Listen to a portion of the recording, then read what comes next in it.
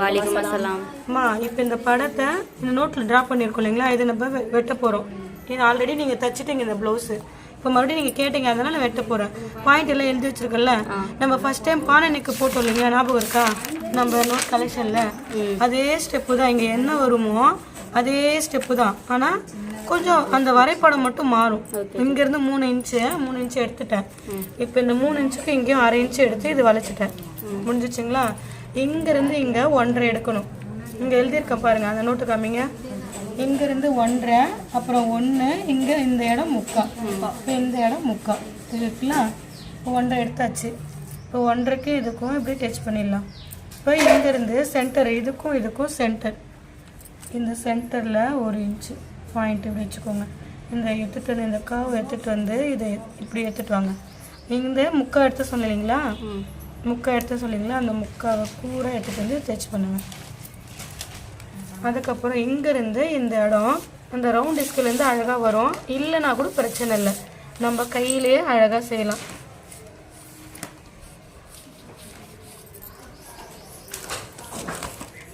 சரிங்களா? இது வந்து குருவலாக இருக்குது, நம்ம இதில் அகலமாக போட்டிருக்கோம். வித்தியாசம் இதுதான். நீங்கள் சின்னதாக கேட்டதுனால இவங்களுக்கு சின்னது. இந்த அகலத்தை சொல்கிறேன். இன்னும் அகலம் எடுக்கணும்னா இங்கே நான் இங்கே வந்து எவ்வளோ எடுத்தேன்னா 1/2 எடுத்தேன். இங்கே எழுதியிருக்கேன் பாருங்கள். அல்லது 3/4ன்னா 3/4வும் எடுக்கலாம். இப்போ இந்த 1/2ன்னா இப்போ இது 1/2 இன்ச்சு. இப்போ நம்ம இந்த அளவு கூட இந்த பாக்ஸ் போடலாம். இந்த பாக்ஸு இந்த அளவு கூட போடலாம். இப்போ நான் அதை வெட்டி காமிக்கிறதுங்களா?